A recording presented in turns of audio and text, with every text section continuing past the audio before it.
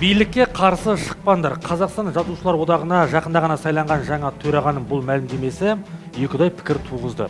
970 адамның бәріне сын деп санаймын оны. Тендер жағынан болсын, қай жағынан болсын, одақтың ертең шарт жағдайы, материалдық жағдайы жақсарады. Ал сіздердің қалталарыңыз жақсы болады. Сіздерге сол керек пе деген емеурін тасталғанда бәріне. Кітаптарын үкіметтің ақшасына шығарып отырып, қалай ол халықтың үнін айтады, айтпайды. Ерлан Қарин біздің жұмысымызды керемет бағалады.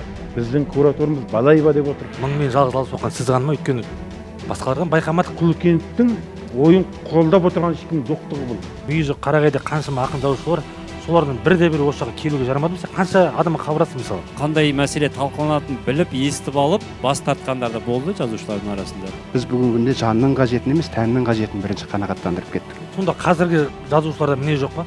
Басын өжіп, сірнесін жеп қайтып жүрген адамдар шындап келгенде. Сол орден медаль соларды атақты не үшін алды солар? Тамыр анау кеше Назарбаевта жатыр, бүгін Тоқаевта. Қалама қалған кезде кәдімгі анандай сумкамен немен алады дейді ақшаны. Будақ кітаптар қайдан шығып жатыр? Қып-қызыл ақша баспадан шығу. Алматы қаласының әкімдігі осы ғимарат жөндеуге 300 миллион теңге бөлді деген мысалы, 32 миллион қарызбен қалады болды. Түк жоқ болса осы одаққа неге таласады бұлар?